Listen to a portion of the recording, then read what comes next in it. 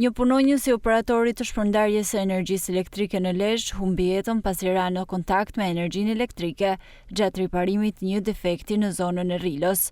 Ngjarja ndodhi rreth orës 9:40 të së njëjtës edhe viktimë mbeti 27 vjeçari Mark Prenga, banues në fshatin Plan. Sipas të dhënave, viktima ishte njoftuar nga banorët për mungesë të energjisë elektrike në zonën e Rilos dhe së bashku me 2 punonjës të tjerë kishin shkuar për riparimin e defektit në afërsi të nën stacionit elektrik.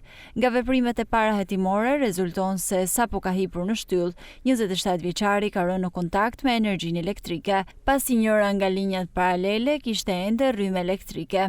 Trupi pa jetë i elektricistit u dërgua në morgun e Spitalit Rajonal të Lezhës, ku do të nënshtrohet ekspertizës mjekoligjore.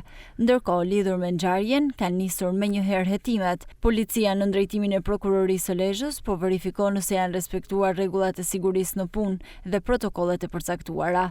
Ndërkohë, krahas ndërprerjeve të shpeshta të energjisë elektrike, rrjeti amortizuar në fshatrat e Lezhës është kthyer në një rrezik serioz për jetën e qytetarëve dhe vetë punonjësve të OSHE-s.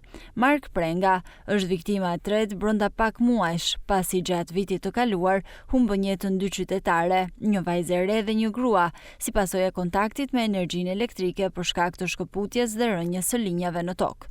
Viktima kishte prej 3 vitesh që punonte pranë operatorit të shpërndarjes së energjisë elektrike dhe mbulonte zonën e Rilos.